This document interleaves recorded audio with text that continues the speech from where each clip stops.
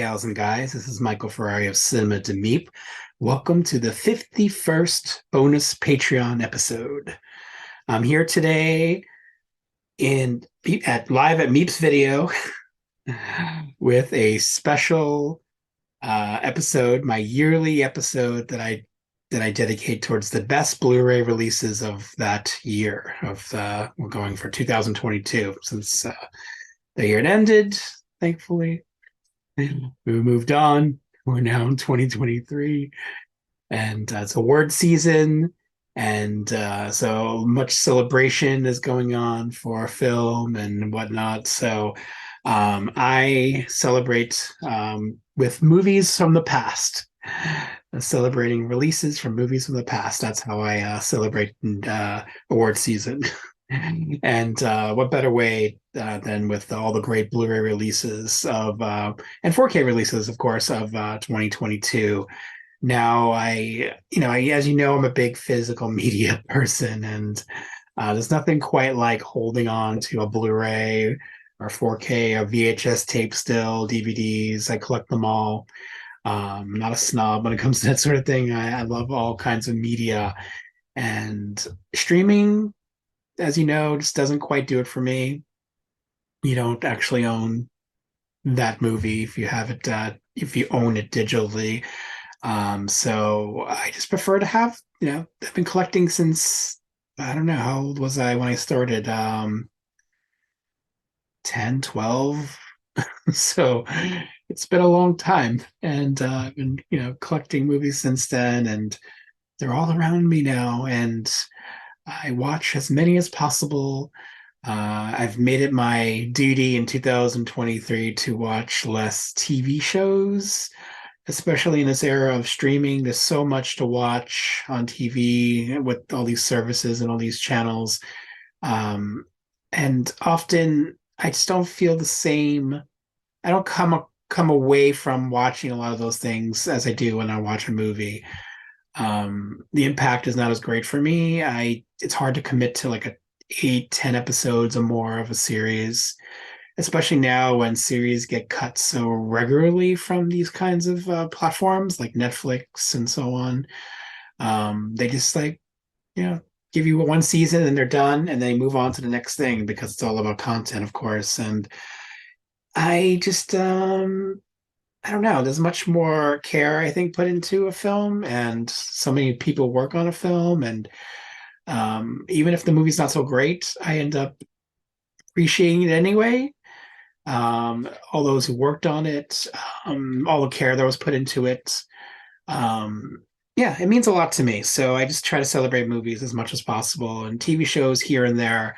Of course, there has been some really great ones, and when I do see a really good show or get into a really good show, I'll mention it on social media or whatever, but I don't go out of my way. And I feel like this year I'll be doing it a lot less, so I can dedicate more time watching all of these things around me. And I think that's fitting for who I am. So I'm wearing a shirt, as you can tell, Clueless from 1995. 1995 was a great year for me. I worked at a movie theater. As you see here, Cineplex Odeon Theaters. My name's on there, Michael. This is the actual tag from when I worked in the movie theater. And of course, Clueless was playing when I was working in the theater. Then we have another movie here, Cloak and Dagger, might be mentioned today on the show. So I was kind of feeling nostalgic for the past, when I was still collecting movies, of course, in 1995, VHS tapes. And just thinking about the evolution of media since then. Say 95 VHS tapes, not much. Well, no, I was also collecting Laserdiscs at that point too. I was doing Laserdiscs, which were great. I love them, miss them. Not long after that, 97, 98, DVDs started coming in. So we're looking at 25 plus years of DVDs. And yeah, I've been accruing many of them since then. And I love that a lot of them have been made it to Blu-ray, a good amount of them. So I'll be talking about a lot of those movies that made it to Blu-ray this year, as well as 4K, which is, of course, the new format that looks great, sounds great. I'm celebrating that. I don't upgrade everything because not everything just quite needs a 4K upgrade. So I'm not one of those people who needs to have the best possible presentation of a movie. I'm okay with standard definition at times. I'm okay with that. I just don't like when a movie is not properly transferred. That kind of bothers me. So, like, if you have a movie that's widescreen and then they dump it onto a DVD and a full screen, or just a bad transfer, it just kind of annoys me. So, I'm happy when a Blu-ray comes out that properly transfers the film, cleans it up a bit. That's always cause for celebration. Often, when movies do that, they when they do that on that format, yeah, they end up being the best they've ever looked for a good for yeah a good amount of them. And I often find myself thinking, oh wow, these movies looked. There's things in this movie that I've never noticed before because, of course, murky transfers of the past, certainly VHS, of course, when you in some instances where you can barely see what's going on, or things are just really obscured, or of course, for movies like shot anamorphically and it's on a 4:3 TV and yeah, just a 1:3 aspect ratio. It just doesn't look good, and things get cut off, and so you're suddenly watching movies on a Blu-ray and like, wow, that looks pretty amazing, and I'm seeing things with it, seeing it with new eyes, which is exciting about collecting movies in this time period because you get to see these movies looking kind of immaculate, or if not immaculate, they look pretty special. And it's nice to have things that look rough too. Once in a while, I'm not opposed to that. I'm into that, but it's nice seeing something that looks like the best it's ever looked in some instances, and even when they're projected on film, which is kind of crazy to say, but it's true in some cases. So yeah, I'm a big physical media guy, obviously, and I love movies and Blu-rays. It may not be your thing, maybe you just prefer to stream things. I get it, especially when it comes to space. This can take up a lot of your space in your dwelling. I'm in my den, so my den is a video store. But if you come to stay at my house, you'll be sleeping in here because it's also the guest room. Yeah, I yeah, I find a lot of comfort being around these movies and in this room, so it's great. You'll see a poster behind me. A movie I might discuss this list. All right, let's get right into it. Enough of my babbling, a little spiel. So we're going to do the top Blu-rays of the year, and then I'm going to highlight some labels and talk about some of the releases from 2022. Some of those labels. I'm just looking at my list here, so I'm going to have to look at a white screen. Bear with me with this, okay, guys? Try my best with this. Okay, so top Blu-rays of 2022. Because I've been holding up a lot. I'll just mention this is like here's one right here. Audrey Rose from 1977, Arrow Video. Now this is a movie. I'm mentioning it here because it was a movie I was never really that into. I found it kind of boring as a kid growing up. Robert Wise film, of course. I guess also some people found it pretty creepy. I just wasn't one of those people for a long time. And then I watched it on Blu-ray and a newfound appreciation for it. I think it's very well made. It's a good New York movie. Robert Wise was an interesting director because he played all kinds of sandboxes, all kinds of films, obviously, like everything from like West Side Story, Sound of Music to like Star Trek: The Motion Picture, and Audrey Rose. He did horror, he did sci-fi, he did family movies. So he did all kinds of films. Um, Yeah, he's an interesting choice for this kind of film. It's not a very scary movie still, but I do find moments in it that resonate with me, especially being a parent, I guess. That helps to some degree. But yeah, I really enjoyed the film. Like looking at the special features, there were some really good special features on here. It was good commentary, good interviews. One with a magician about reincarnation.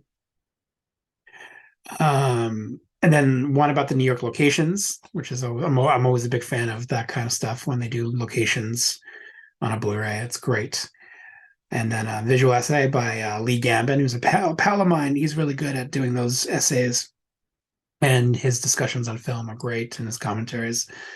And then Investigation: The Paranormal World of Frank De Filita. Says an interview with him, who's the author and screenwriter of Audrey Rose. And then The Role of a Mother, an archive interview with actress Marsha Mason. Gosh. So that these are some of these uh, things were poured over from the imprint films release from a couple years ago, which is a pretty great release. I think it was maybe even 1 year ago. Um, and then say they poured that over, added some new things, which is great. So kind of the best of both worlds on this release. You get a really good transfer, a new 2K restoration. The Marsha Mason interview was really good. She's great. Um, yeah, I'm a big fan of hers. And then Hypnotist inside the score for Audrey Rose. So with the film music historian, and then trailer, image gallery, blah blah blah. So there's a lot of good stuff on here. That was a really solid release, and I like when a Blu-ray of a movie that's like 45 years old can suddenly make you appreciate it all these years later after not appreciating it for a long time. Um, okay, going through this list, try to be a little more concise with some of these. Okay, Drop Dead Fred from Vinegar Syndrome. I'm sure I could mention like tons of Vinegar Syndrome titles. This one has a nice little cover art. Here's, of course, the original art. So I'm a big fan of Drop Dead Fred, as you know, if you listen to the 1991 episode where I talked about the releases of that month. I think it was May of 1981, and this was on there. Yeah, I'm a big fan of Drop Dead Fred. This was a great release. A little controversial because I think one label was supposed to put it out, and then Vinegar Syndrome kind of scooped it up and released it. So um, glad it's available, regardless of whatever controversy at the time. It has a lot of great supplements on it, commentaries and conversations with the director and producer and featurettes um, with the co-writers. Marsha Mason interview again. Again, I don't know how I ended up with two Marsha Mason movies in a row to discuss right off the bat, but that's how it kind of played out. Again, she's great. She's a great interview. I think she's really honest, and she appreciates the film and what it's become, the cult film it's become, and rightfully so, cult film. It's got the interview with the DP. It's got the visual effects producer and artist on there. All kinds of interviews with those guys. It's got an interview with Tim Matheson, an interview with the little girl in the movie, well, grown up now, Ashley Peldon, to lead scenes, theatrical trailer, booklet, yeah, on and on. So it's got a bunch of features, and I love Drop Dead Fred. So here it is. Let's do this correctly. Rick Mail, I miss him. He was great. And Phoebe Cates is great. Okay. Natural Enemies was a great release from Fun City Editions. This is a movie I had seen before on VHS. It was like a Columbia, or say Columbia VHS. So Fun City Editions is great at doing these retro looking covers. They like to pay tribute to the VHS releases, which is really cool. The artwork is really beautiful, by the way. Now, I'm not always a fan of these commissioned art, but I think this is especially good. Really good, actually. And of course, that was what the VHS looked like. And this little flip with the artwork again, which I really like. I like when they do that, go out of their way to have extra artwork. Or yeah, choices. I like choices.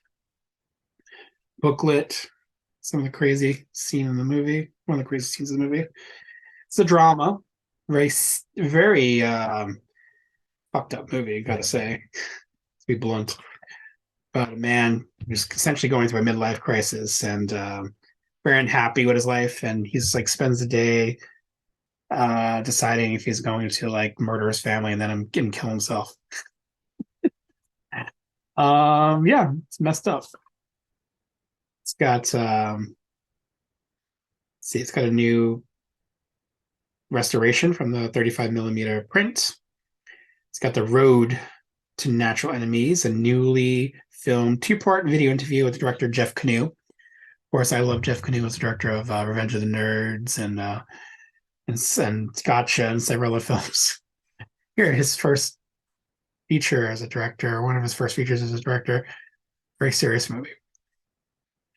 Video introduction by director Jeff Canoe, an alternate ending, trailer, and a booklet,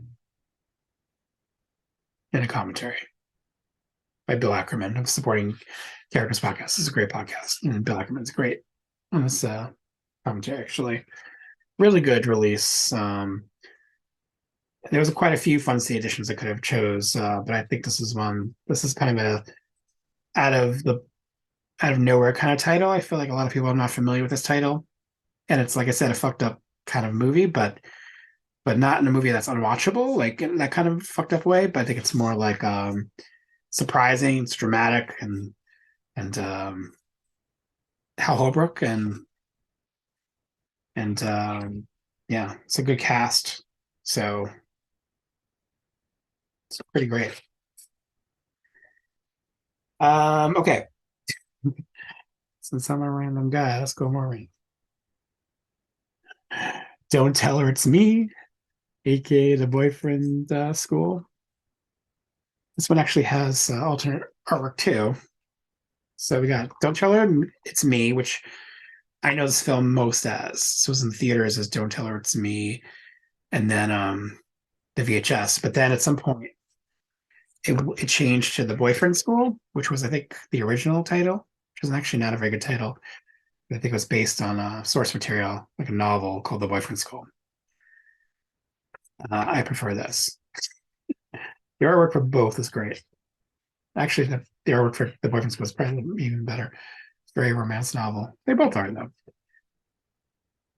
So, boy, The Boyfriend School, aka Don't Tell Her It's Me, vice versa, is a really fun romantic comedy. I love movies where people are masquerading as something. Here he's pretending to be a schlubby guy. Steve Guttenberg is pretending to be this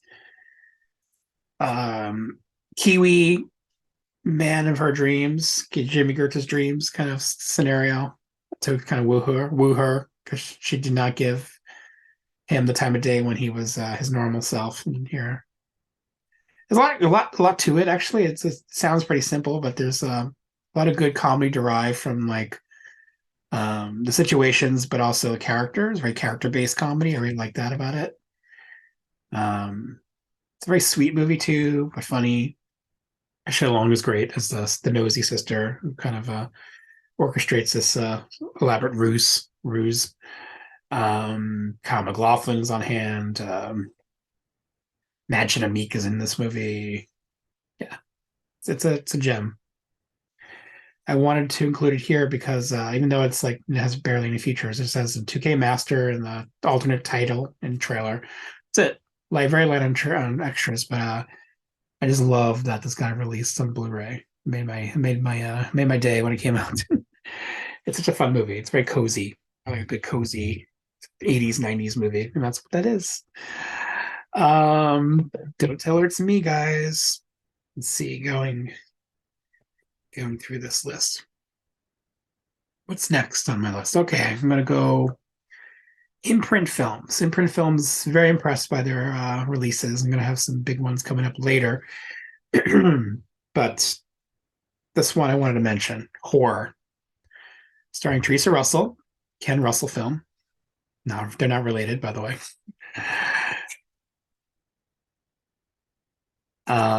This one kind of polarizes people.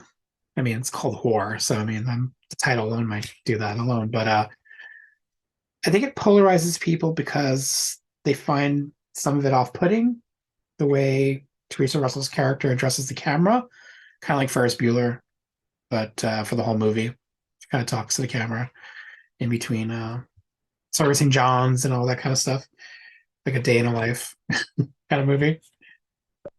But I like that about it. Lets you in her mind, which is great. And you know, LA, CDLA at the time, which is great, captured on film. Ken Russell wasn't afraid to show LA what it really looks like. Yeah, most people have a certain idea of Los Angeles as this glamorous place, and to some degree there's glamour there, but most of the LA that I know is not glamorous. Strip malls and sad and seedy in parts. Like there's like blocks that are like we can have like multi-million dollar homes, and then you go one block the other way, and like then it's like destitution. It's poor, and it's crime ridden. You know, it's like LA's kind of crazy that way, and this movie captures kind of that seedy part, of course, and her life. Now, what's great about this, not just the film, which I really, really do like, is the supplements.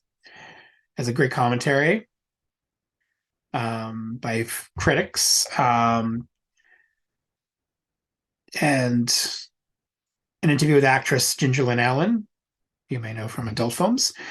She's on hand in the film. She's in the film Raw, an interview with writer Deborah Dalton, provocateur, X-rated auteur Bruce LaBruce talks about this movie, and legitimate and illegitimate women in Ken Russell's horror, video essay by author critic Kat Ellinger, which I thought was really good, giving a kind of feminist point of view of this film. And then finally, the major one that I left off, because I wanted to mention here, is Artist, interview with actress Teresa Russell. That's the real major point on this Blu-ray release is her interview. I think she's great, and it's really enlightening. She's one of those people who's very honest and doesn't hold back, and she's very fun to listen to, and I love her. One of my favorite actresses, I think, and yeah, it's great seeing her on this release.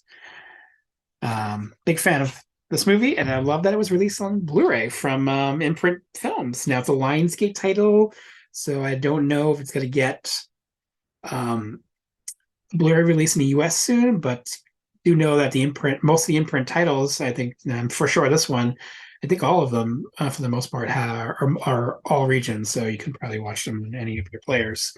I think, yeah, even though like some of their titles do end up getting released, US releases, I still like. I mean, look at the beautiful packaging. So that's a big reason alone for me to have it, because it's just most of these labels don't even give you a nice slip like this. They do a really good job. Worth the extra bucks. Speaking of Lionsgate, Lionsgate put out a 4K. Now, Lionsgate's is not very good at doing their catalog titles for the most part. A lot of them are stuck in limbo or just being sat on, unfortunately. But every once in a while, Lionsgate will put out a catalog title in 4K, which is kind of surprising. And the one that I was most surprised I got a 4K release is Steven Soderbergh's The Limey, which a movie I absolutely love. Just minimize this, make sure I'm not really looking at the camera at all, looking at my notes, so it's hard to make sure there you go. So The Limey is a great packaging. Look at this. Beautiful. It's a steelbook. I'm not a steelbook guy, but I think this is a really good steelbook, the way they all went out in this packaging for a movie that wasn't a big hit or anything. It wasn't a hit at all. It was more of an indie art house kind of movie at the time by a major director. Um, let's put digital copy. Anytime I use that anytime soon, but over that, I guess let's take that. Two discer, Blu-ray, 4K. Um, Beautiful packaging, like I said, carries over. The supplements are on the DVD. It looks great. Commentaries. Um, yeah, I think it's a new commentary actually. Love this movie. My favorite movie of 1999. You know, it's a bold thing to say because so many good movies came out in 1999, but I think The Limey is the one I go back to the most. I get the most out of. So my favorite movie in 1999. Endlessly entertaining. It's like it's not very long. It's like I feel like it's like 90 minutes long. It's a very efficient movie. What I love about Soderbergh's movies, he serves as the editor in a lot of his movies, and even the DP shoots his own movies under different names, I think. So he really has a sense of what he wants the finished product to be when filming it, and so often it makes for lean kind of movies, which is great. I love that. He's not one of these directors like there's so many of them right now, very overindulgent, very self-indulgent, 3 hour plus movies or 2.5 hours. I mean, no, it's kind of why you don't need that when you could tell a really tight story, really entertaining story, and one as complex as this in its structure and its in the way it moves around in time, but then in a kind of a small like 90 plus minute whatever it is package. It's just kind of amazing. Um, Huge fan, love it. It's great Blu-ray, 4K. Okay, moving on the list. So, did those. I was going to pull a couple from here. Let's just go MVD. Now, MVD is a good company. They've been doing a lot of retro packaging kind of things. I'm a big fan of those kinds of releases because I love the that they love yeah, the video store experience and what movies look like back on the shelves in the 80s and 90s. And they try to present their Blu-rays, which look great, have great supplements with those, with that in mind. So one of my favorite releases of the year from them is the Chocolate War.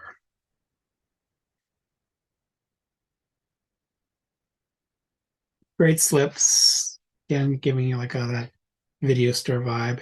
Sometimes they put like stickers on, like fake stickers on them saying like comedy, horror, whatever, like the video store stickers. It's great. So some good special features here. I'll read them off. Let's see. Sometimes these they're hard to look at. Commentary. I think it has like a yeah commentary and interview with directors. An interview, yeah. Those are the major ones on this one, but it's because it's Keith Gordon, who's great, who loves movies. He's a director and he was an actor, of course, turned director. He yeah pours his heart out on this and talks about it and the trials and tribulations of making your first movie really and it's a really good one. I love this movie, big time teen movie for me growing up. Teen angst film, of course, based on the Robert Cormier novel. And yeah, I'm a big fan. I've always loved it. So glad it's on Blu-ray. If you don't own this movie, I think a lot of their releases aren't that expensive either. I think it's worth picking up too. There's another plus for them. Not inexpensive. They give you good features. Um, and yeah, I just and then retro packaging and then yeah, movies that they're sometimes surprising because they do a lot of action movies too, like some Van Damme movies, a lot of like just like 90s action stuff, and then they do like something like this, which is kind of great. What their output is sometimes random, and I like that. I like the randomness of it. So it's a surprise. They also did the Last American Virgin, which I think is officially a 2023 release, so it'll be on my next year's podcast. But Of course, I love the Last American Virgin, so they're doing some teen movies, which is great. Teen angst films like this and that movie. Love it. Okay, going. Oh, let's go up to a Paramount title. I don't like this cover, but I love this movie. Another teen angst film. You could call it that. It's a movie about a family, a broken family. Of course, it won Best Picture of that year, Ordinary People. See, it's not a great cover, right? This the picture in the water, of course, symbolizing the family being torn apart because of a drowning of the brother. Spoiler alert. It haunts his family and tears them apart because the parents and the way they deal with it and deal with their son, who has pretty emotional fallout from that.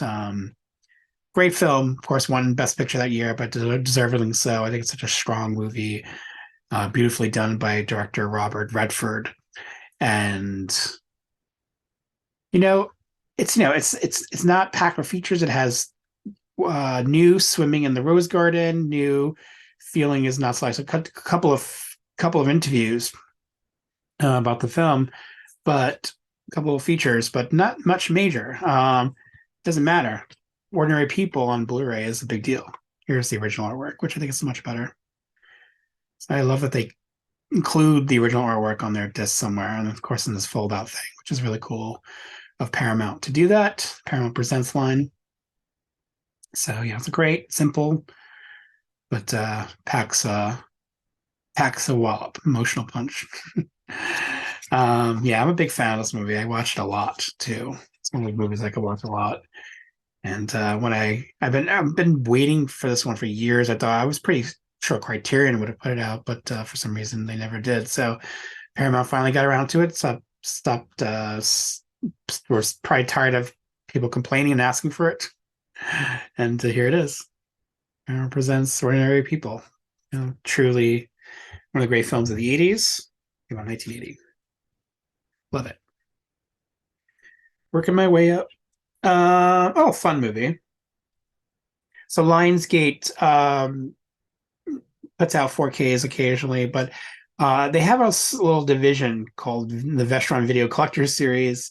It's a very niche where they take these titles that were either on the Vestron label or could have been a Vestron title in their library. And one of those Vestron movies was this one, Earth Girls Are Easy.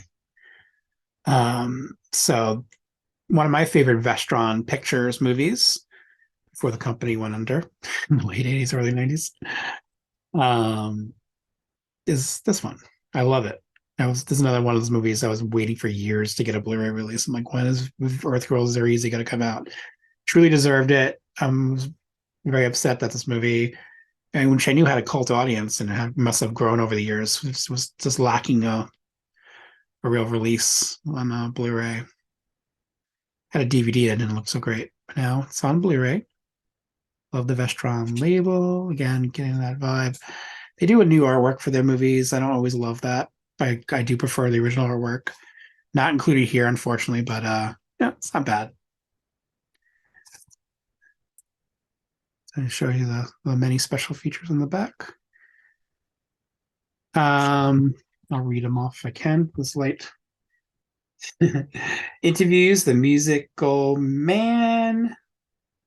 An interview with the director Julian Temple, of course, the director of the film, great music video director. Candy Time interview with actress and comedian Julie Brown, which is a great interview on here. View of the Valley interview with director of photography Oliver Stapleton and production designer Dennis Gassner. Aliens in LA, an interview with special makeup artist Robert Clark. Featurette Earth Girls Karaoke, vintage interviews, which was, the late Charles Rocket, vintage premiere night promo, behind the scenes footage, deleted scenes and outtakes, trailers, TV spots, audio, radio spots, still gallery, storyboard gallery. Got a lot of stuff on it. PG movie, but it's kind of like a little risque at times. I don't know if the kids will like it. I think the kids would like this one. It's pretty silly, pretty fun. Great cast. I mean, these two. Jeff Goldblum, and Gina Davis are their third outing together after Transylvania's 6 5000 and 6 500, whatever, and Why, of course, and now Earth Girls Are Easy. Uh, I've always loved them together, a great couple. Yeah, didn't work out, but such a fun movie, a silly musical extravaganza, comedy, science fiction. It's got it all. It's a stew of fun, and Julie Brown is great in it. So I'm glad she's got some dew on here on the cover. Um, and Damon Wayans and Jim Carrey in their comedy, that's fun. They're really funny in it too. So yeah, it's a gem of a movie really, and I can watch it over and over on Blu-ray now. Yay! Okay, so some big ones coming up here, but let's go through. We'll see later. This is a major release. Got the pin. Now I have the Blu-ray, 4K, Cloak and Dagger. Look at this crazy. Vinegar Syndrome went all out in this one. It's crazy packaging. Jesus Christ. It's, of course, the Richard Franklin kid family movie, you could say, family thriller, spy thriller, comedy. Not really comedy, but like a adventure film. So you get that Atari feel here, the cartridge feel, and a booklet. Game over, man. Pretty amazing. So you're gonna like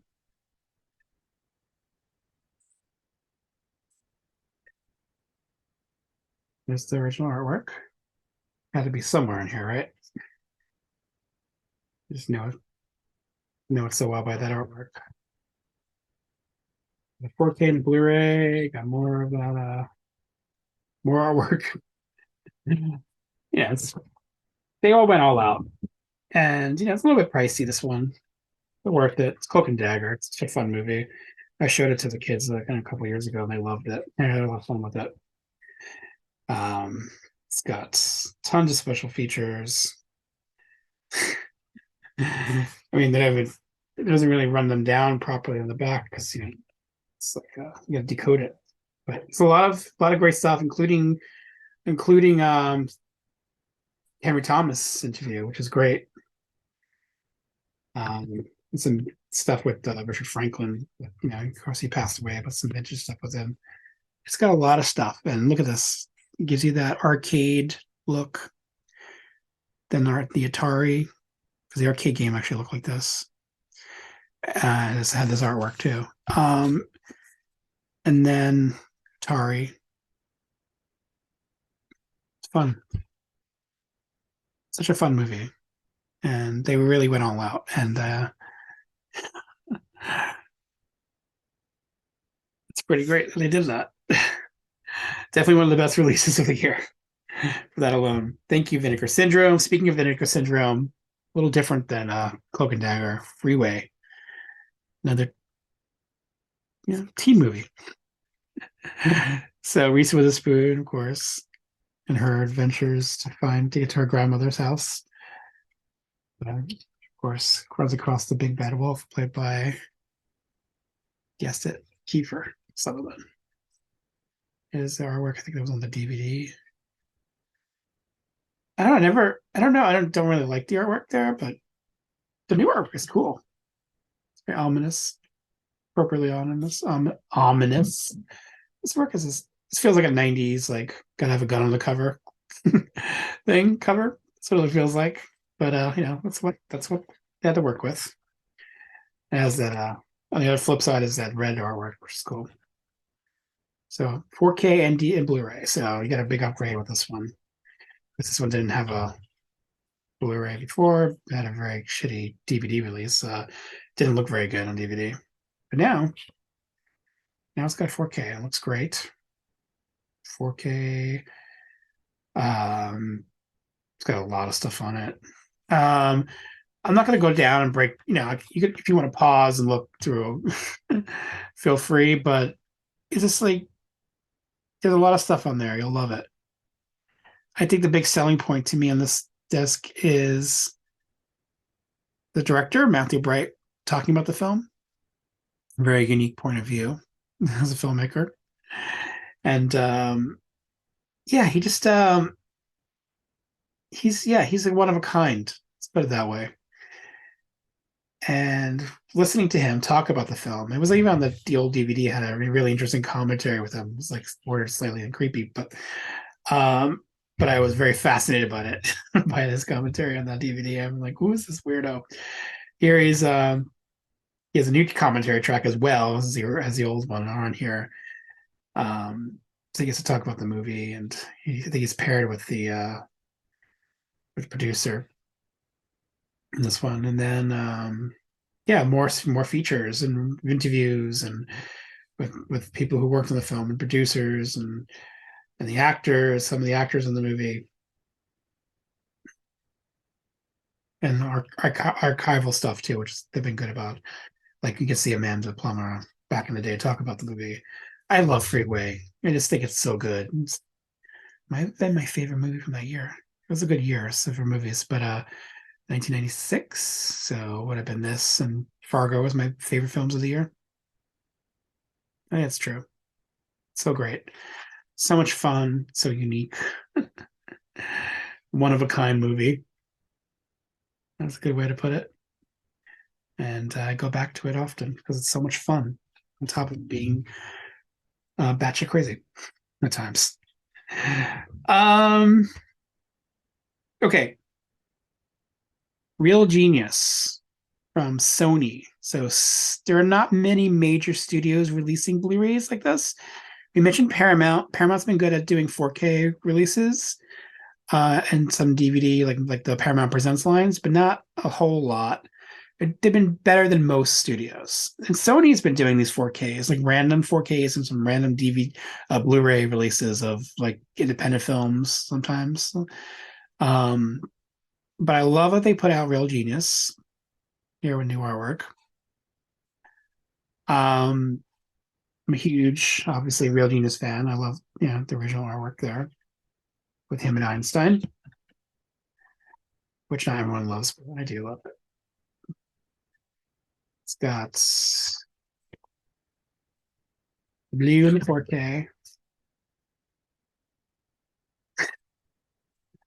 I love this movie so much. I watch it a lot. It goes without saying. Martha Coolidge is one of my favorite directors, and yeah, there's not a lot of features on this one. It's really just the commentary with director Martha Coolidge and the deleted scene, the balloon chair deleted scene, and some new takes in the TV version. So you get to see some footage you never seen before for Real Genius, or things that you saw in the trailer that weren't um, in the movie, because there was a couple things like that. So you get to see that finally on here, which is great. I love that. And commentary is really, really, really good by Coolidge. And most importantly, Real Genius looking the best it's ever looked in 4K, endlessly watchable, quotable. Kids love it. It's so good. So good. So good. Um, okay. So behind me, Wild Things poster came in this box set from Arrow. The Wild Things 4K box set. Oh, something down. Booklet, poster behind me. This rigid case. This hefty booklet with beautiful pictures in it.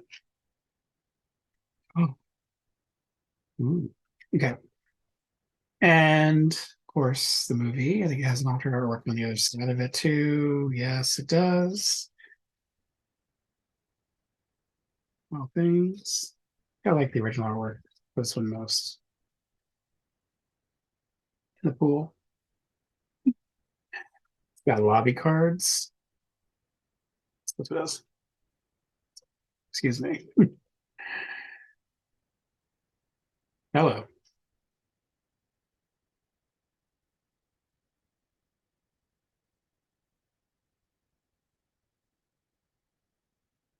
And for some reason, Desperado. Okay. I'm assuming that's one of their releases. Okay, so yeah, put back in there. Now I love, of course, Wild Things. I talked about the 1988 podcast. It's one of my favorite movies of that year. Talked about this movie plenty. So know that I love it. Lots of features on here. And rightfully so. It's a cult movie. It's a mainstream. It was a mainstream hit. It's everything. It's like one of those movies that shouldn't have been like a big Hollywood movie, but it is. I love that about it. 4K restoration and the commentary is great, but the interview with McNaughton is really good, really solid, and yeah, it's many interviews, and it's got a new interview with her right there, Denise Richards. It's great, and it's an exclusive interview with her, making of documentary.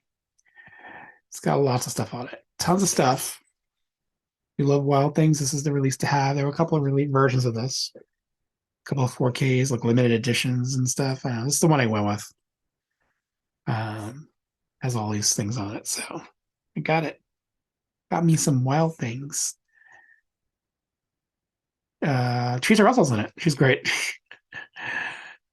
Yeah, it's one of those movies full of twists and turns that just never fails to make me happy and giddy because of the places it goes.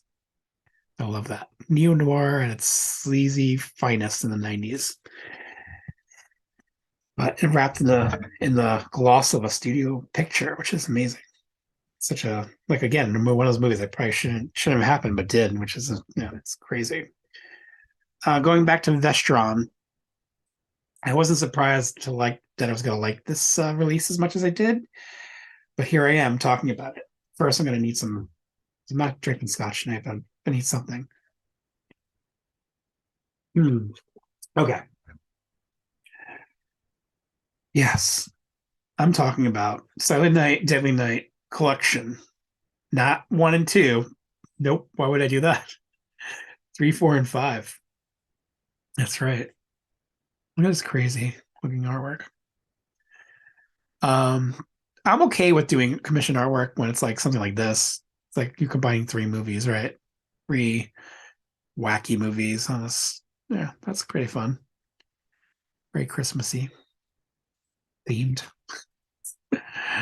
Lots of features. So three movies. So yeah, it won me over just watching some of the interviews and stuff. Like this movie's so these movies are so weird. And probably shouldn't exist, but do, which is nice. Three discs, so you get each movie on a disc, which is nice. Not jamming three movies in one or two movies in one. So each one has its own disc.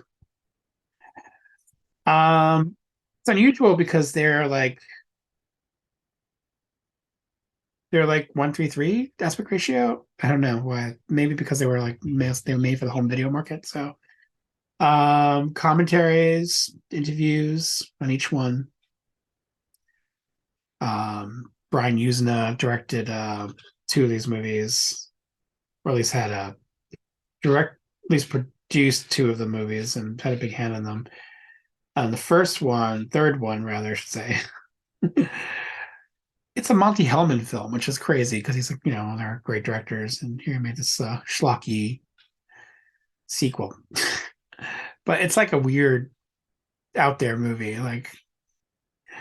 But of course, Bill Moseley playing this character with this thing on his head, and he has a great interview on here where it's very emotional at times too, which is interesting. You don't expect an actor to get emotional about a role, especially an actor like Bill Moseley who's been in tons of things, but he was very emotional about his role in this movie, which was unexpected. I gotta say, it's a very unexpected release for me. Lots of great features. I feel like I took away a lot from these interviews. There's a great series on here of where they talk about live entertainment. It's called for live audience, Silent Night, Deadly Night 4, Silent Night 5, whatever.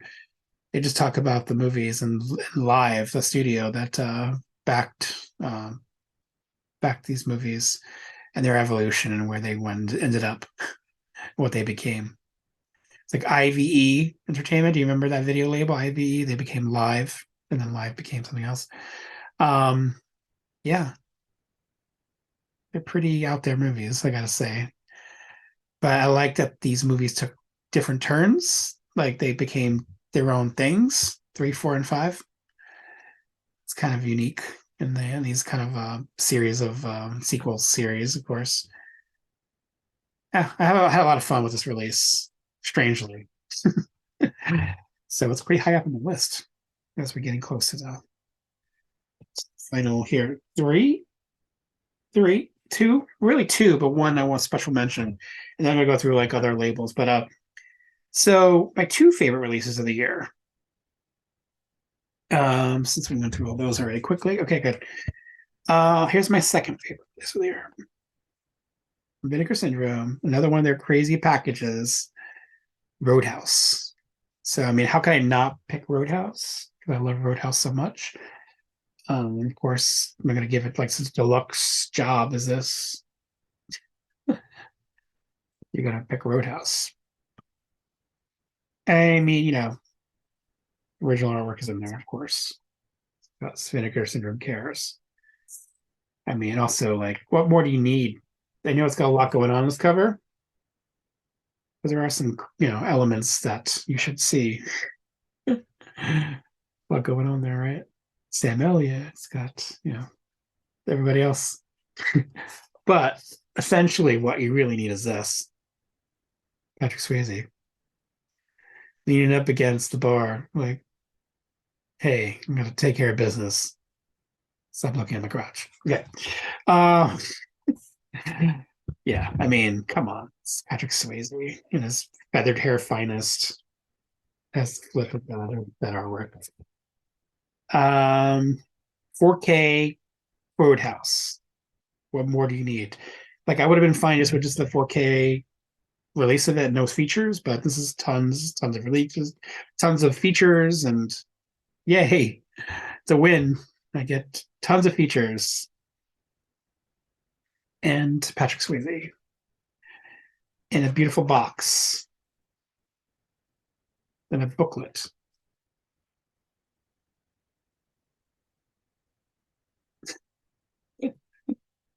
It's crazy how well they go all out these releases sometimes. It's like, wow, very impressive. Very impressive movie. Um, yeah, so it doesn't run down the features on this. You have to look on the back of the Blu-ray and your 4K, and it's kind of small, so not best for my eyes, but I'll try. It's got this new, of course, 4K transfer from the 35 millimeter camera negative, so it's gonna look the best it's ever looked. Expect that. It's got commentaries with Kevin Smith. It's got everything that's ever been released. Everything you've ever want to know about Roadhouse is on here, pretty much. Brand new interviews with second unit director, brand new interview with actress Lee Caston, Fighting Man, a brand new interview with actor Roger Hewlett. Ain't Nothing Gonna Kill Me But Me, a new interview with actor Travis McKenna, trailer, promotional gallery, and then all the archival special features on another disc, which there were a ton of extra features because there was a previous Blu-ray from I think Shout Factory, Shout Select, and before that, a special edition DVD. So, this this release is it's not the first rodeo for for Roadhouse, but now the definitive version is here finally. So many features from that archival stuff, but yeah, it's Roadhouse. If you like action movies at all, this is the one you should have. And this beautiful release. And Swayze, I mean, even if you're not a big action fan, you're a Swayze fan. Don't you want me home? How can you not? Such a great release. And yeah, I grabbed that right away when it was announced. My favorite release of the year, I wasn't expecting it to be my favorite release of the year because it was a major studio release. Well, no, I got just two more box sets that are really my favorite releases of the year, I should say. So, but my favorite standalone release that isn't a box set is Fright Night on 4K. So it has like, yeah, so it's like it's a steelbook.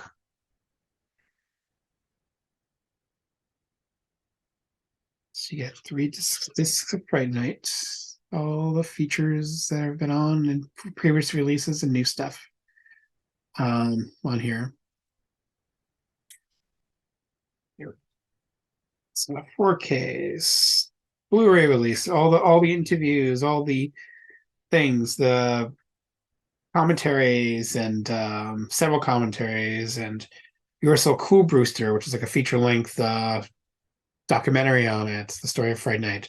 What is Fright Night? Tom Holland writing horror. Roddy McDowell from Apes to Bats. Tom Holland and Amanda Burst talk Fright Night, which is really, really good interview with him put those two together. Round table with Tom, Steven, and William. That's great. Shock to You Drop presents Choice Cuts with Tom Holland and Ryan Turek. Vintage EPK, theatrical trailers, more. Then the new stuff. Fright Night 35th anniversary script read. I mean, I wasn't expecting to like a script read, but it's it's got the actors from the film and doing doing the movie, like script reading it, but on Zoom during the pandemic. And they're basically just acting out the movie and over Zoom in the best possible way. It's so much fun. It's like Stephen Jeffries, Amanda Burst. It's got Chris Sarandon, um, and Mark Hamill playing Roddy McDowell's character, which is amazing to see because he's kind of channeling like another actor. It's like it's so weird. It's got like a lot of, and also like the actor, although the actor who plays the mom, actor who plays Chris Sarandon's roommate slash henchman slash servant boy, boyfriend, something. Um, it's got a lot going on, and in that Zoom because it's like 2.5 hours of them doing this movie, script reading it, and it's just like fascinating. My eyes were glued to the screen. I was especially enamored the way Chris Sarandon was doing it because he was really like into it. Um, and just like proves that he could still play that character, Jerry Dandridge, after all these years later, like 37 years later, right? Crazy. He still has it. Great interview. The Queer Lens, Brian Fuller in conversation with Amanda Burst. You get to, yeah, talk about some of the themes, the queer themes of Fright Night with one of the queer actors in Fright Night. And it's really, really interesting and enlightening and just it's a really kind of honest and fresh discussion of a movie that an element of that movie that's not discussed as much as it should be because it's such a big part of it. And even if it wasn't intentional at the time, it certainly comes through now. And I love it that there's a whole conversation about it, and it's really in depth and interesting, and the questions are interesting, and the answers are interesting.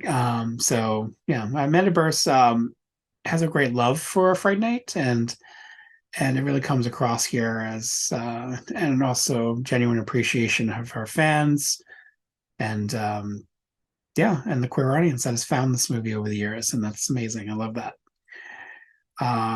Deleted scene storyboards, novel approach, the splatterpunk story of the Fright Night novelization, SFX storyboard comparisons, and Holland beta spec trailer with an introduction by Tom. So yeah, Tom Holland has some new stuff on it. Yeah, I mean, come on, it's Fright Night. I love Fright Night to death, and having new stuff on already packed, what there've been a lot of features for this movie over the years, previous releases, and get all that on here and the new stuff, and the new stuff is absolutely great and adds a new angle to the film and a new interesting things to say about this movie that's been discussed for 37 years, which is amazing. That's why it's my number one standalone release of 2022. Fright Night. I love it. to death. Okay, so the major release for me, well, it's really two. I'm gonna try to pick them up. They're in box sets. So imprint films, who I've grown to love over these past couple of years, Australian company, and they've been putting out a lot of interesting movies on Blu-ray. And yeah, some of them, yes, have gotten US releases, and some of these in this box set have and might still, but no one quite puts it together like imprint films, especially the way these sets look. And the fact that they devoted this theme to two box sets and probably more to come, hopefully. I love noir as a genre, subgenre, but particularly noir, neo noir. So, neo noir cinema got two box sets from imprint films in 2022. After Dark, neo noir cinema, so volume one, and then volume two came out later in the year. Impressive. That's all I gotta say. The lineup of movies, you can see it there.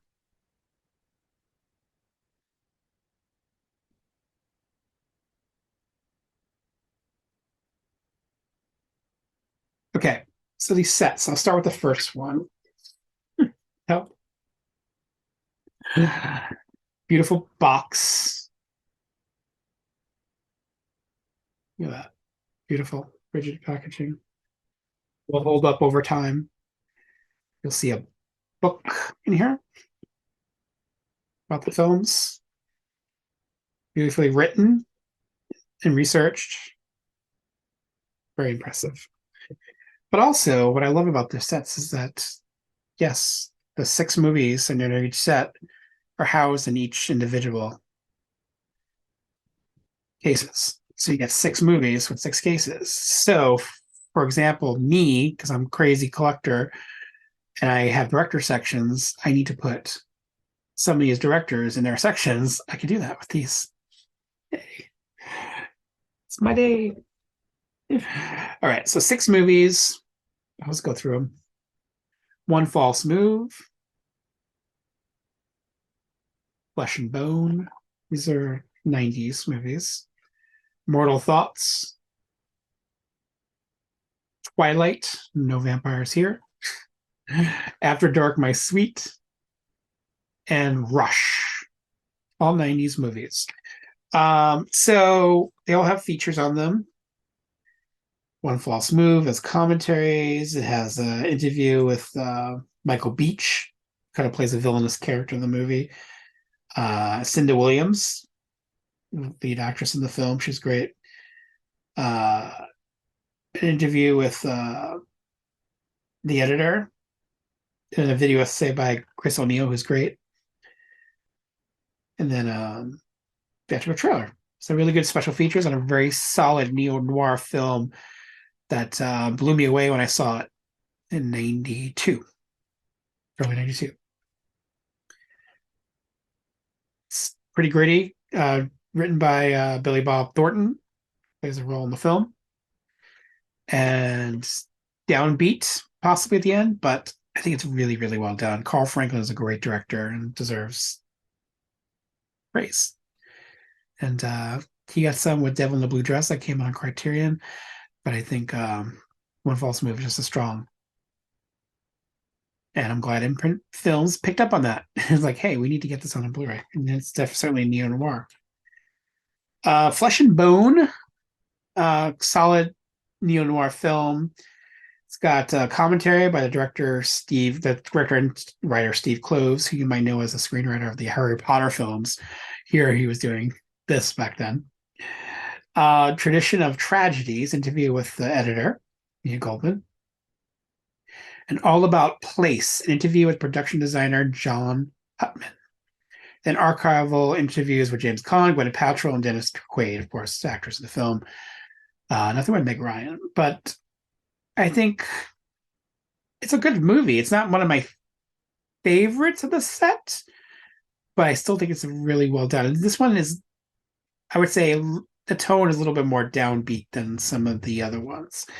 Um, so I don't revisit it as much, but I think it's beautifully done, and it's got some it's pretty grim at times, but I appreciate that about it too. At the same time, Mortal Thoughts is a big surprise to get a release because I think it was trapped on a full screen DVD in the US from Sony, but Imprint Pictures, Imprint Films is rescuing it. Nice widescreen copy. It's got Murder Most Foul, an interview with executive producer Taylor Hackford, who's a big, of course, big director. Commentary by film scholar Adrian Martin. Troubled Dreams, the art and style of Mortal Thoughts. So the production designer and art director talk about the look of the film and yeah, so on. Fatal Flashback, Scoring Mortal Thoughts, interview with composer Mark Isham, and trailer. Gem of the film. I really like it. It's really well done. I do go back to this one more often than some of the other ones in here. Demi Moore is good in it. Bruce Willis is appropriately jerky. Glenn Henley, the late Glenn Henley, is great in this movie. Definitely one of Demi Moore's better performances. Um, I like her, but not one of my favorite movie stars of the era. I liked her in some things more than others, but I think she's really strong in this one. Twilight is a Robert Benton film, so I'll go in my Robert Benton section, where Mortal Thoughts is a Alan Rudolph film, so I'll go in the Alan Rudolph section. So this one I think got a Kino Lorber release since because they've been doing Paramount titles, but Twilight has a commentary by film critics, another commentary by film critics, reflecting on noir, interview with editor Carol Littleton, and Elmer's Twilight, interview with music historian Daniel Schweiger, and a trailer. Solid noir, late 90s noir, really well cast. I mean, you can't go wrong with these three, right? Hackman. Love Hackman. He just turned 93 recently. I mean, Susan Sarandon. Can't go wrong with her. And, of course, Robert Redford. Great movie. After Dark, My Sweet. Really like this movie. Really well done. Thriller. Noir. James Foley.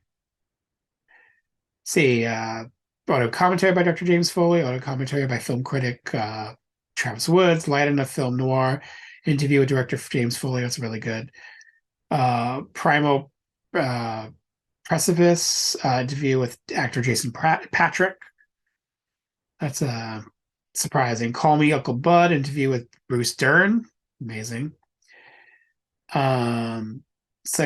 Psychotic of Goodwill, interview with Jim Thompson expert Robert Polito. A trailer. Some really, really good extras in this one. It's really interesting to hear the director and Jason Patrick, talk about the movie. Yeah, I like After Dark, My Sweet a lot. It's really good. My favorites of the set. Rush, hurry, hurry, girl, and come to me. Okay, this is not Paul Abdul's on this movie. Rush is another little bit of downbeat movie, but some of these neo-noirs, they take that route. Jason Patrick again. But Jennifer Jason Leigh. So this one has commentary with the director Leigh Finney-Zanuck, an audio commentary by entertainment journalist and author Brian Reisman. Not for Beauty's Sake, an interview with actor Jason Patrick. Going to Work, an interview with director Leigh Finney-Zanuck. Psychologically True, an interview with novelist Kim Wozencraft. And then she's got an she's got an edge to her, excuse me. Video essay on Rush by Chris O'Neill.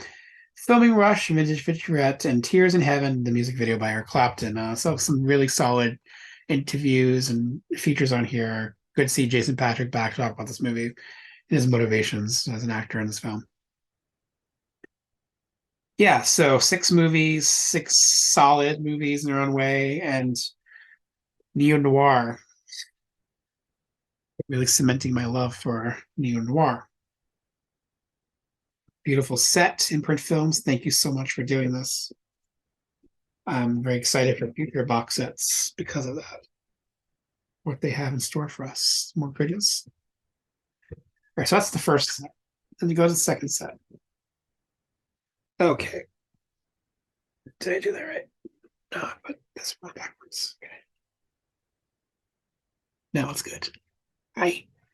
Okay, After Dark Neo Noir Cinema Collection, Volume 2. That one was pink, this one's blue. So you got six movies again. Another book. Nice, solid, hefty book. Beautifully written again. Stuff in there. Okay. Six movies. These are all from the 90s into the 2000s. So going into 2000 territory with this one mostly. But the major release for me on this, of course, is right here. The Blu-ray debut of Blue Steel. Had not been on Blu-ray before this in the US at least, or anywhere near that I know of. Catherine Bigelow film. Of course, Jamie Lee Curtis stars. I love this movie when it came out. I still love it. Watched it quite a few times over the years, and it really kind of resonates and packs a punch, and as a lot of Catherine Bigelow's films do. Um, really good, solid neo noir thriller from 1990 that holds up 33 years later now. Okay, so it's got blue, black writing in blue, so it's a little hard. A hired gun, editor Lee Percy on Blue Steel. The Phallic Woman, deconstructing Blue Steel with film historian Professor Jennifer Mormon. And then Staring Down the Barrel, production designer Tony Corbett on Blue Steel, and A Profound Emotional Response, video essay by film historian Chris O'Neill. Some good interviews. I'm unfortunate not to see Catherine Bigelow or some of the actors in this. Not in this. I mean, Ron Silver's passed away. Elizabeth Pena sadly passed away. Louise Fletcher has passed away. But Jamie Lee Curtis, of course, and Clancy Brown are still with us, thankfully. But they're not on here, unfortunately. And Catherine Bigelow's not. So um, what I did really like about these features is that phallic woman deconstructing Blue Steel with film historian Professor Jennifer Mormon. I think has a really interesting point of view on this film and the feminist point of view on this film that was very enlightening and quite interesting take on it. Picked up on some things in the film, and of course with Catherine Bigelow as a director, as a female director, some points about her not being taken as seriously, of course, because she did make genre pictures. She was an attractive woman in making Hollywood movies at the time, and maybe not taken as seriously. But of course, she has since been taken more seriously, thankfully, as a filmmaker. Yeah, at the time that was pretty touch and go with Hollywood female directors, of course, in Hollywood, barely working, barely getting the work, and then the ones who were getting the work weren't always taken as seriously. Thankfully, that's not the case now with Bigelow, but it's good to see someone talking about those things and all the themes of the film that maybe not as apparent, but are there and certainly were put there intentionally. I would say certainly by Catherine Bigelow and the writer, who was the writer of the film, along with Eric Red. Great movie. Holds up really well. Certainly my favorite in this list. Um, Also from 1990, another really solid movie, Internal Affairs. Of course, Richard Gere playing this evil cop. But it's easy to say that, right? Just evil cop movie, but there's a lot of layers to it. Andy Garcia, Nancy Travis, um, and then it's got some really good things in it, and some really things that could have been in a standard kind of cop movie are kind of really well done here. And Mike Figgis directed it. He went on to make, of course, Leaving Las Vegas, so it adds a little more to the movie that would have been more standard, which is nice. Auto commentary by film critics, and then The Clever and the Corrupt interview with director Mike Figgis was a really good interview. His Most Dangerous Weapon interview with screenwriter Henry Bean, One Bad Cop, an interview with the co-composer, and extended deleted scenes, alternate ending, trailer. Yeah, it's a really good. Yeah, you could call it from hell movie. You can call it a thriller, neo noir, certainly. Um, Definitely one of the better examples of the time. I'm not as familiar with Crimson Rivers. It's a French kind of crime thriller, uh, but I want to check it out. It's got a lot of features on it.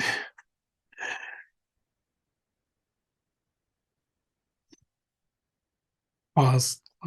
It's hard to read black on red, but I get it. It's called Crimson Rivers. It's got a lot of stuff in it. Not Matthew Kasovitz, yeah, directed it. Yeah, I remember liking some of his stuff, so I'm gonna really watch that one. It's the only one I haven't watched here. Way of the Gun, I mean, kind of a fun action movie at the time. And then the future director of the Top Gun, not Top Gun, but yeah, Top Gun Maverick, Top Gun movie. And then um no, did he? Oh no, he didn't do Maverick. He did Mission Impossible movies. Tom Cruise Mission Impossible movies. Miss Christopher McQuarrie, yeah. It's got like interviews and commentaries and stuff. I remember being kind of fun. And then, oh yeah, two more. The Yards, which I remember liking, James Gray film. It's got a lot of features on it. A new interview with James Gray. It's got Ellen Burstyn, new interview with her talking about the film. It's got the production designer. It's got a lot of other features from the previous DVD release. There you go. Take a look. Very impressed. Impressive lineup of extras. It's a pretty good movie. So I'm a fan of that one. Then Narc, one of my favorites from there too. From this, Jason Patrick. How many Jason Patrick movies do we have between these two sets? Three Jason Patrick movies. Guess you like neo noir, huh? Here is the star. So you get to see more Jason Patrick on the interviews. See, audio commentary by writer director Joe Carnahan and editor John Gilroy. Chasing Ghosts interview with Ace Jason Patrick. Over the Top interview with director Joe Carnahan. Those are new interviews. A conversation with composer Cliff Martinez, who's great. Interview with Ray Liotta from 2002. Of course, sadly left us 2022. Narc, Making the Deal, Shooting Up, The Visual Trip, The Freaking Connection. I guess those are features from the previous release. But great to see a mix of all the new things on here. Narc, definitely one of my favorite releases of the box. If I were to rank them, I'd go Blue Steel, Internal Affairs, then Narc, then Yards, and then Way of the Gun, and then Crimson Rivers because I only haven't seen it. But wow, what a great set. Two great sets. Bring me some more neo noir. Bring me some, I don't know, whatever you want to give me imprint films, I'll take it. Honestly. I'm seriously impressed with their output. Yeah. Beautiful. Okay. So those are my favorite movies releases of the year.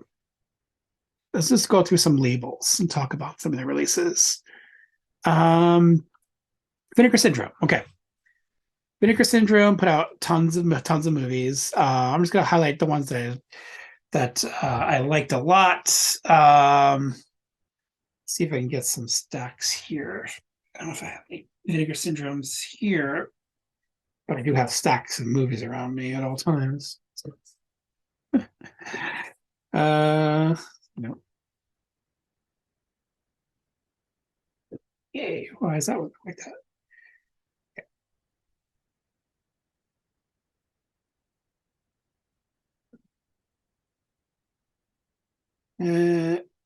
No.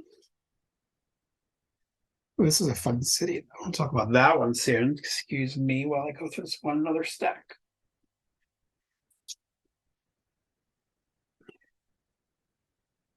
I'm just gonna list. Okay, I just have a list here. Okay, so from Vinegar Syndrome, Amityville Horror came out on 4K. A great deluxe edition of Miami Connection. I mean, a must have if you're like schlocky 80s action, as I do. Reform School Girls came out on 4K, a beautiful new edition of that. I love me some Reform School Girls. Evil Laugh, the 80s slasher movie, pretty silly movie, but it has a new edition. Moon of the Wolf, great TV movie from the 70s. Uh, Texas Chainsaw Massacre 2 came out at 4K and like a nice deluxe edition. Don't Open Till Christmas, Shriek of the Mutilated, Jack Be Nimble, um, double feature of Horror High and Stanley, which was nice to see because I like me some Horror High. Um, Hard Rock Zombies was a double feature with Slaughterhouse Rock. If you like rock and roll horror, get that double feature from Vinegar Syndrome. Slash Dance, great package, great artwork.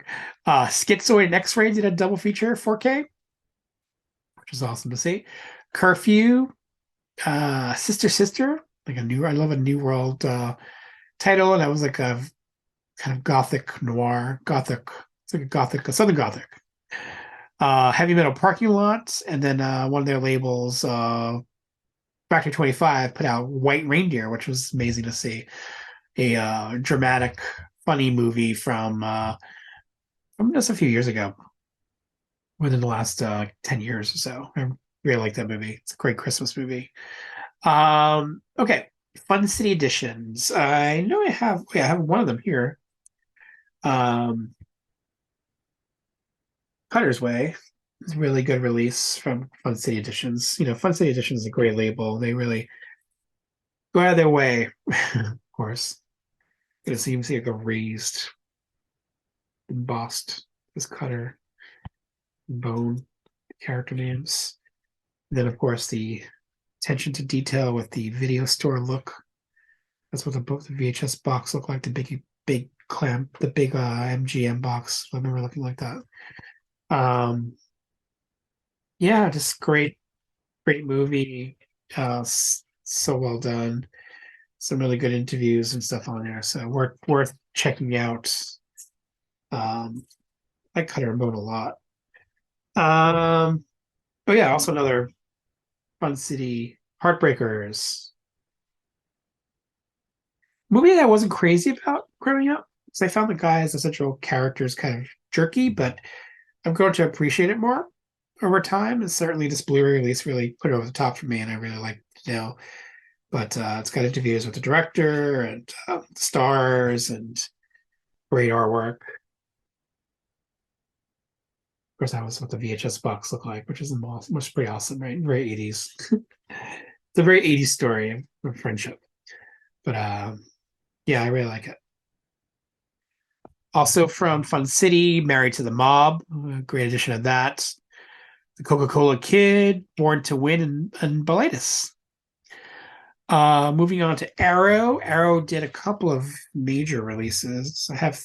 There's a few of them here. Some really good ones.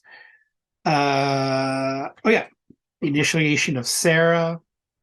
So well done. Tom Holland, great. A lot of great special features on this one, and commentary by Amanda Reyes, and um,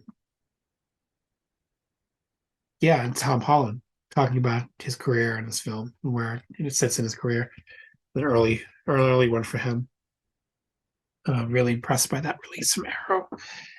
Count Yorga Vampire Collection is a pretty major release for them, like two movies, and just like really well done. They're going into like imprint territory with the packaging and, and the booklet, and they went all out on the Count Yorga movies, and I can see why. They're pretty fun and it's got a lot of great special features. I remember Frank Darabont being interviewed in one of them.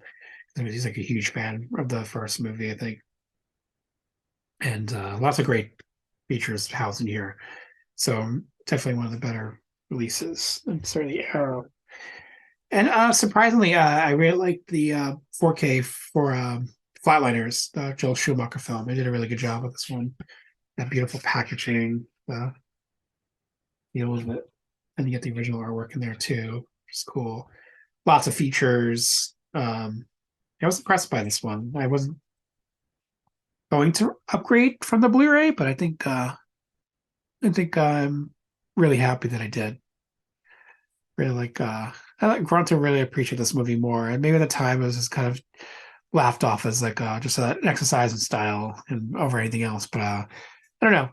I feel it when I watch it. It's creepy and fun at the same time, and lots of fun actors and good actors at the time, young people at the time like Kiefer Sutherland, Kevin Bacon, Julia Roberts, and Oliver Platt. So yeah, I like that movie a lot. It's pretty well done.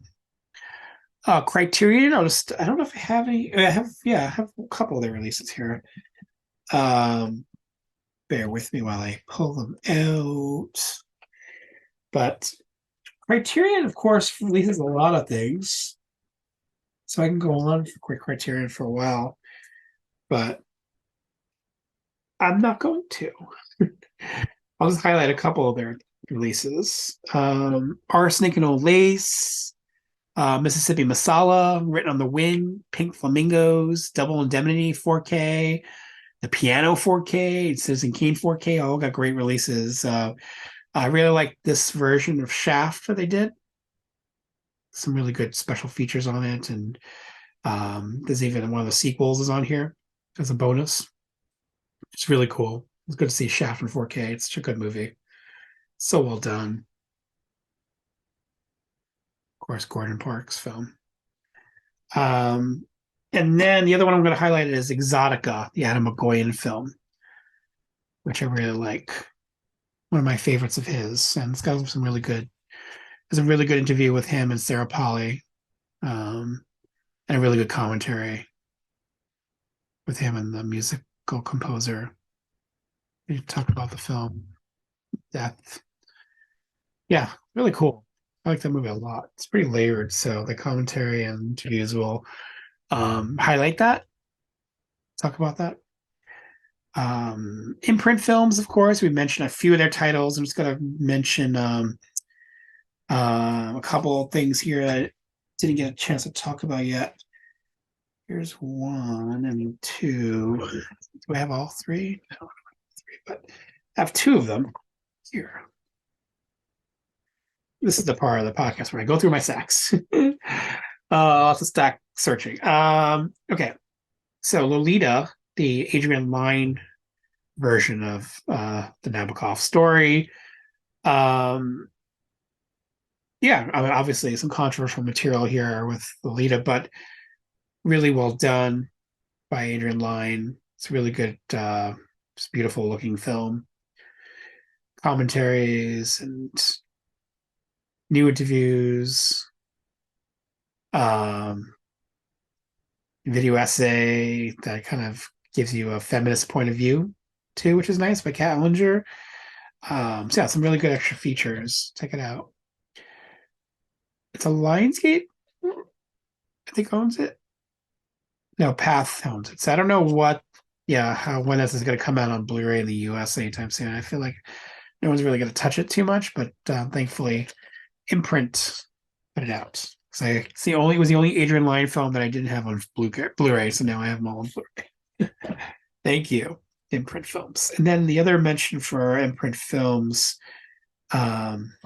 is, of course, ladies and gentlemen, The Fabulous Stains, the great teen angst musical with Dan Lean and Laura Dern, Ray Winstone.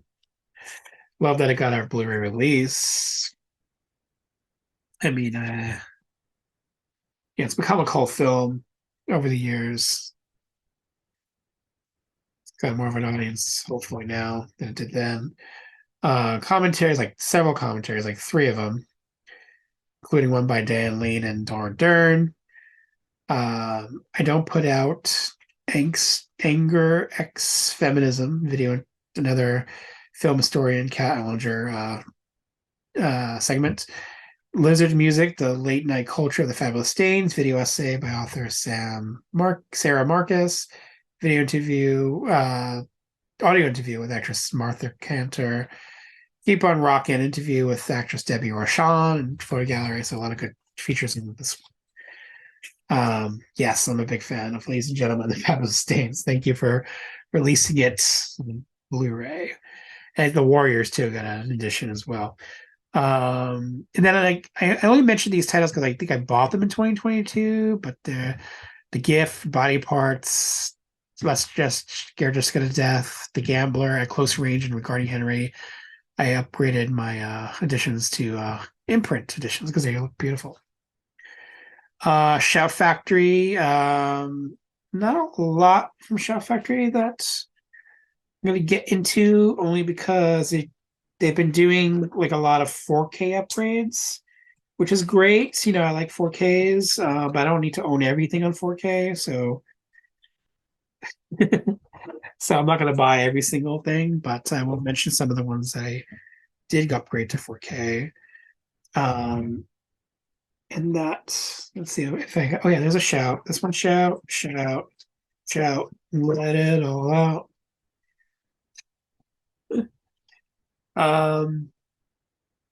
This was a good release. Alligator, 4K. The first time on Blu-ray, and then of course 4K. Nice. It's got new interviews. It's got lots of great stuff on it. This was a great release by them. Legit great release by them. Summer School, so great to see that on Blu-ray. Of course, love Summer School. I love me turning 30 next week, the temp. Love me the temp. I think I've watched this Blu-ray twice already. And then an exclusive on their website, Dance with Death and Dance with the Damned. I'm a big fan of Dance with the Damned. So Cat Shea film. Love it. Love it. Love it. So now it's on Blu-ray. The other one, I've seen it once, but I'm going to revisit it soon. But really, I got it for that. And then mentions Lipstick got a DVD, Blu-ray. And then what else? Femme Fatale, of course, the Brian De Palma film got a Blu-ray. Oh, and then the 4Ks, Carrie, Black Christmas, The Fog, Child's Play 1 to 3, Piranha, Return of the Living Dead, The Howling, Candyman, Funhouse, and Escape from New York all got nice 4K upgrades from Scream / Shout Factory. Okay. Major company that releases Blu-rays. I think a lot of people's favorite is Kino Lorber and Kino Lorber Studio Classics. I didn't pull a lot of their titles only because there's so many titles. I mean, I can do that all day. I just pulled a few here. I could be doing this all day. Which ones did I pull here? Okay, I got 4 titles. I went with New Year's Evil, fun packaging. I love the artwork that they chose for it. And then the original artwork. A lot of fun. Silly but fun. Of course, can't ever pass up an opportunity to buy Happy Birthday to Me on Blu-ray. It's maybe the 3rd Blu-ray release or something, but this one has a commentary, but also a interview with the actress Tracy Bregman. It's cool. And of course, that art, the iconic artwork, the slip. So we got Ladies and Gentlemen, the Fabulous Stains, but also Times Square, another iconic 1980, early 80s musical girl power film. It's really good. Great soundtrack.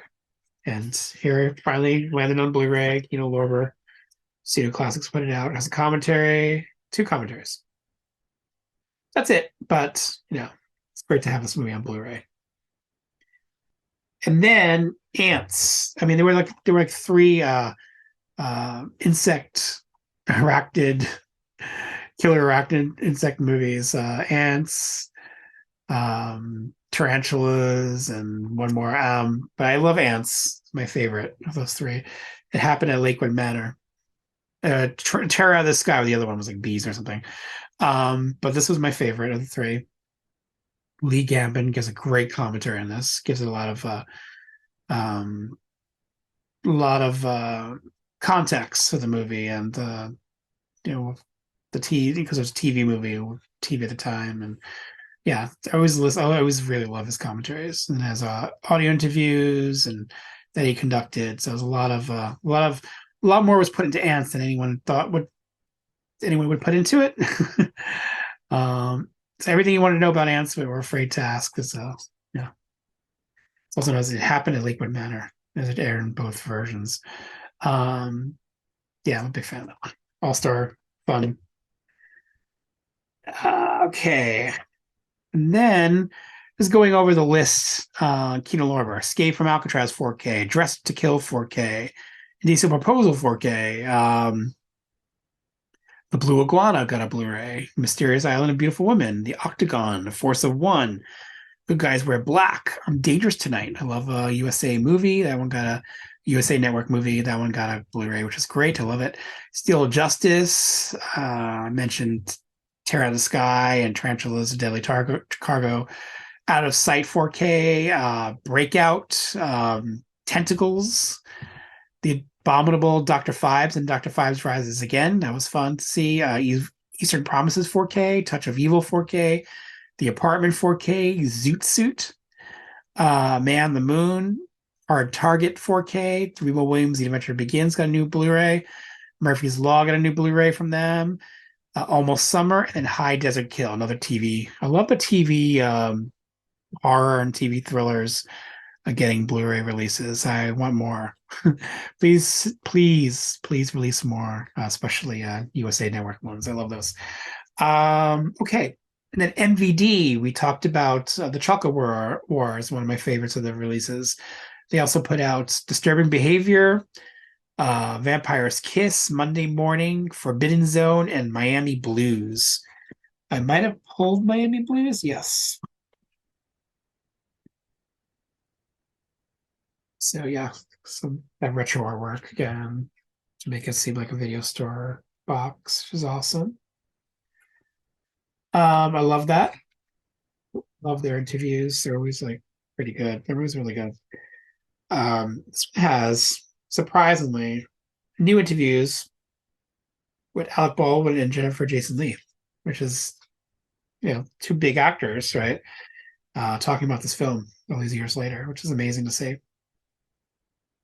Worth it for that alone, but I love this movie. So Miami Blues, total gem.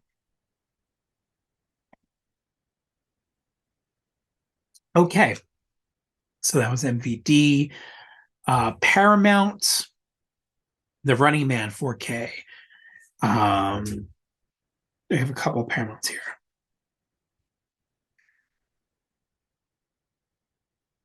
Not a lot. I have. Oh yeah.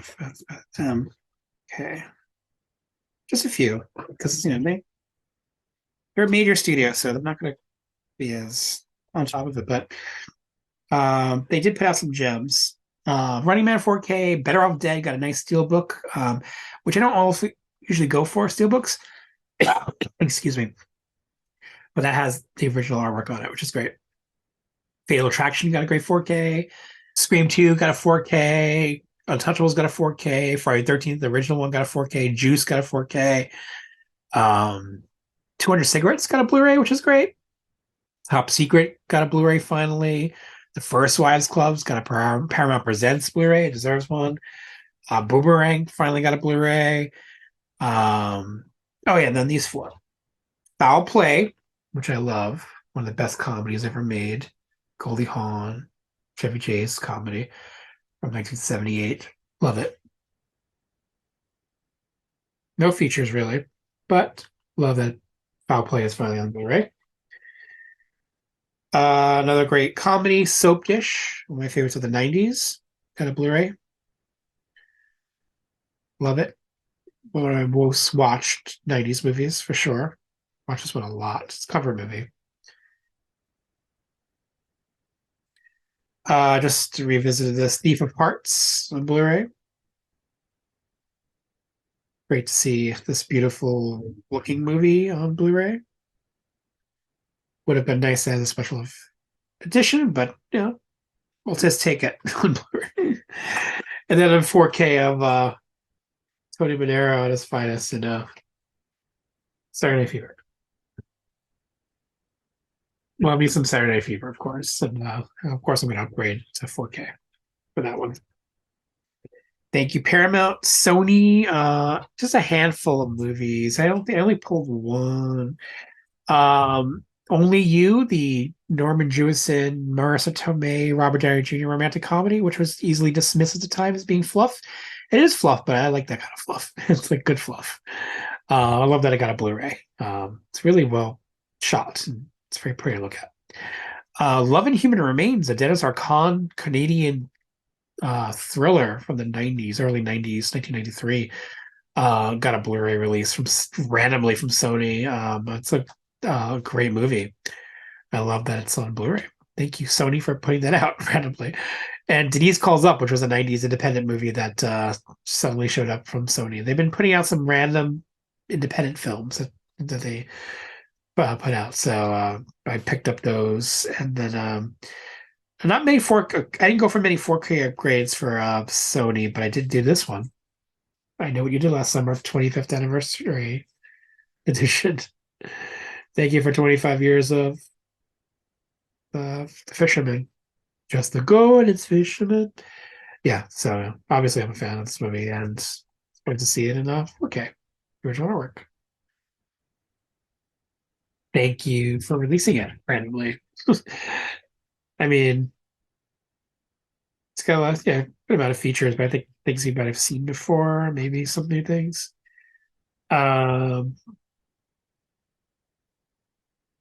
Okay. Universal put out The Black Phone and Last Night in Soho. Not a lot from Universal this year. Warner Brothers, not a lot from this year. Poltergeist got a 4K. Fandango got a Warner Archives.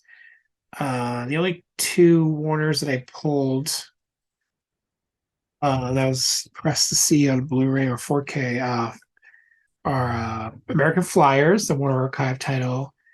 It's a John Badham film about competitive bicycle racing, competitive cycling. I don't know. It's kind of those movies that's kind of like cozy and well done, more well done than you think it's going to be. Yeah, I like it. It's it's pretty well, looks good on Blu-ray. So I think the DVD was full screen before. So, and then of course one of my favorites, The Lost Boys on 4K. So I got The Lost Boys. I would upgrade it from my Blu-ray. I still have my Blu-ray, but I'm not crazy about this new artwork. But it's on 4K. A beautiful movie, deserves a beautiful 4K. Lionsgate, we mentioned how Lionsgate doesn't have a lot. They've been upgrading some things on 4K. Like The Evil Dead 1 and 2 got a double feature 4K that I picked up. Dirty Dancing got a 4K that I picked up. The other one that I'm highlighting here is Highlander on 4K. And there could be only one release of Highlander. No, there aren't many releases of Highlander. And I have the 4K. They even have the Laserdisc somewhere too. I do love this movie. Every time I watch it, I'm like, yeah, this movie's so well done. It always blows me away. And it's got a lot of stuff on it. So everything you want about Highlander is packed in here. Good stuff. And then I would highlight from Lionsgate's not much. I mean, a couple of the Vestron titles like Dream a Little Dream and Extreme Prejudice certainly are good releases from them. It's good to see, especially Extreme Prejudice on Blu-ray. Thank you for doing that. Hopefully more Hopefully more Vestron titles are on the way in 2023. Pearl, of course, the new Ty West follow-up to X, or prequel to X, really. So X and Pearl, thankfully on Blu-ray, and yeah, I'm happy to own them. Thank you. Severin. I just have a couple from Severin here. Yeah, yeah, three Severins here. Mardi Gras Massacre is one of them. Out of the Blue on 4K. Amazing to see that on 4K. The Dennis Hopper film with Linda Mans. Good stuff. Um, House on the Edge of the Park. 4K. Actually, it's a Blu-ray, right? Not a 4K. 3 disc set. Good stuff. I like things a lot. No, it's not for everybody. And then so Diodato film, he recently passed away. Then of course, Don't Go in the House. Pretty disturbing but fun. It is the original art. It's hot. It's a hot movie.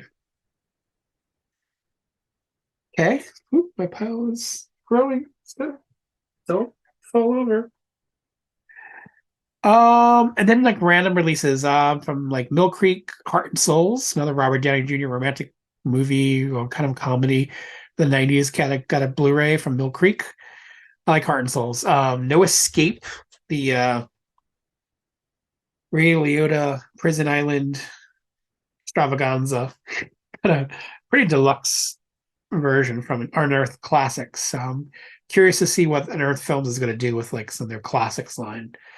They do a lot of like extreme horror movies, so it's weird to see a movie like Milk Creek, like No Escape in there.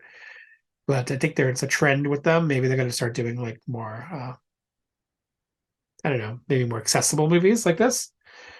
Um, I think it's a fun movie, and it's fun to see all these special features on it for No Escape. I do enjoy it. I enjoy a fun prison movie. And then, oh yeah, I forgot to mention Day of the Locusts, of course, from Mill Creek. It might have been a 2022 release, but that's when I picked it up. And then Dream Lover from Sandpiper. Now, Sandpiper Pictures, whatever, is I think it was Olive Films. They became Sandpiper, so there's not a lot of releases yet. But Dream Lover is a favorite of mine. Unfortunately, it doesn't have the unrated version. It's like the R-rated version, which is fine. I like that movie. Um, I think I have housed in here like my DVD. Uh, Someone ripped the Laserdisc for me, which I had my own Laserdisc of Dream Lover, which had the uncut version of it. This is more nudity, you get more like some more stuff. There's some bits. But I'm a big fan. Dream Lover. They use Thriller. Away from him. And that's it. Um, Satan's Little Helper is the other one mentioned on there. Oh yeah. Satan's Little Helper, Match of the Doom, The Watcher, um, all the other titles I wanted to highlight. That's it though. That was a lot of titles.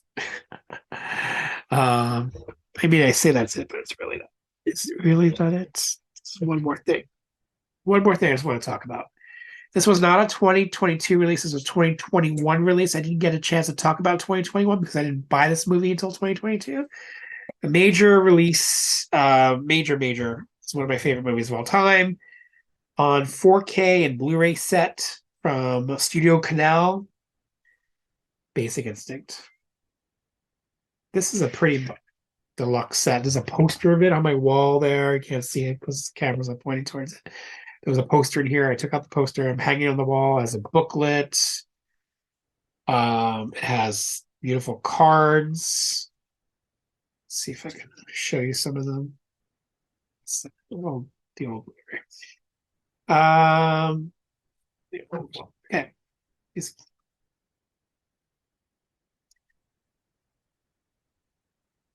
chronic, of course. Beautiful. Don't shoot me. Love me. Okay. So it's got those cards. It's got a booklet. 3 pages here. So everything you want to know about Basic Instinct in there. And then, of course, this artwork is really pretty.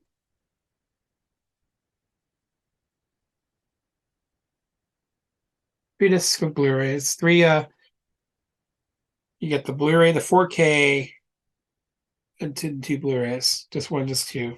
So everything that was housed, everything that was on previous releases, plus some new stuff on this release, which is amazing. Everything. Basic Instinct is in here. Just kept the old disc for some reason. Okay. And of course, this beautiful rigid case. Really good stuff in here. So the new thing is Basic Instinct, Sex, Death, and Stone. An unending story Basic Instinct. There's a lot of stuff on here, guys. Lots. Love Basic Instinct. Yeah, I don't know why the US didn't put out a 4K. They should have, because it's Basic Instinct, for God's sakes. They missed their chance in 2022 because that was that 30th anniversary. Oh well. Well, this is me saying I'm done. I'm spent. Talked a lot about Blu-rays today, 4Ks, and hopefully 2023 is going to be just as good or better. I mean, we're living in a Blu-ray renaissance, physical media renaissance. Hopefully some more studios will see the light and release stuff. More Lionsgate titles, I hope.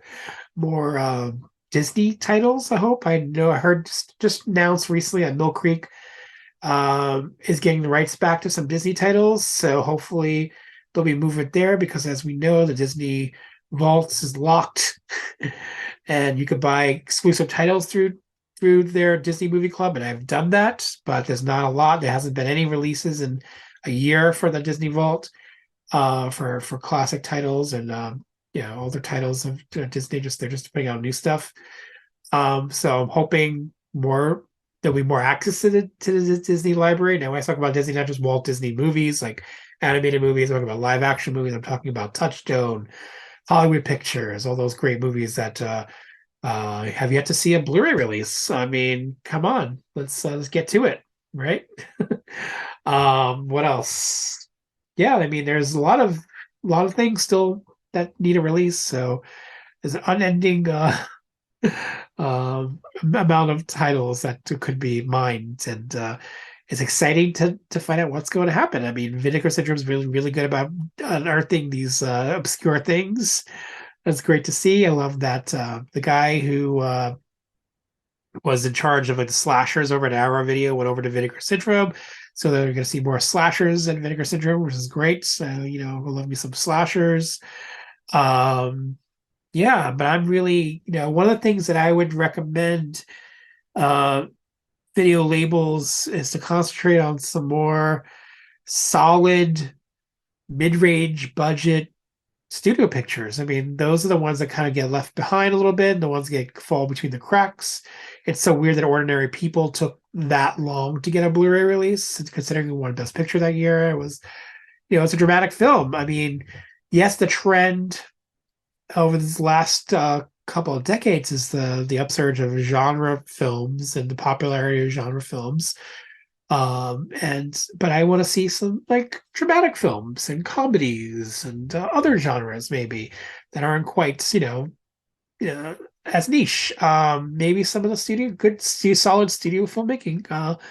Yeah, let's see some of those get Blu-ray releases. Thankfully, Kino Lorber's been pulling up their weight with some of that. So I'm excited to see what is coming from them. And whoever else pops up along the way. So it's a great time to be a collector. It's a great time to love movies. Certainly, maybe not new movies as much. Been going to the movies a lot less lately. But every once in a while, there's a Pearl or something, or a Megan to to have some fun with. Um, but yeah, in the meantime, watch your movies and enjoy them. Keep spinning them. Stop streaming them.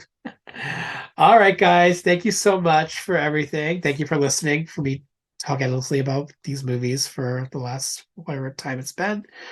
And I'll talk to you soon. We'll be back for episode 52. I'll have a co-host with me.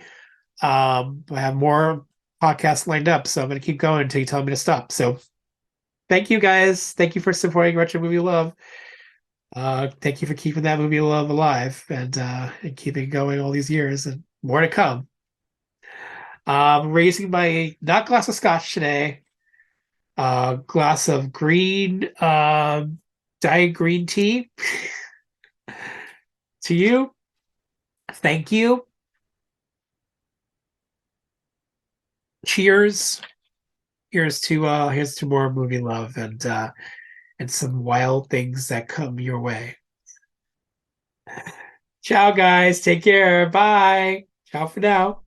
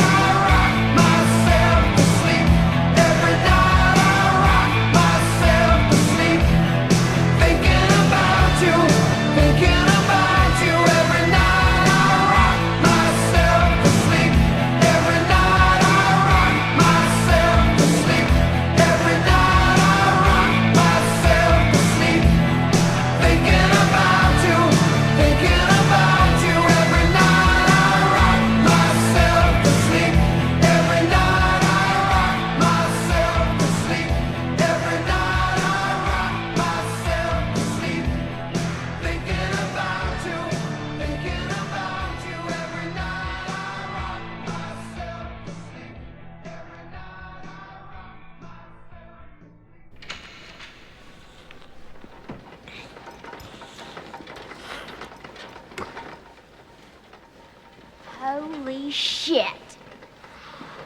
Look who got beat with the ugly stick. Is that you, Bob? can't believe such a teeny wee little gun makes such a big mess out of someone. You out of your mind? You are so ugly, Bob. You know it's gonna cramp your style with babes, big time. You know that, huh? Especially little Miss Priss over there. And hey, I heard you have one of them big poop bags that's like attached to your body and all your shit comes out and like lands in it. You just a big old shit bag, ain't you, Bob? You just think of me every time you empty that motherfucking thing, motherfucker! Quiet!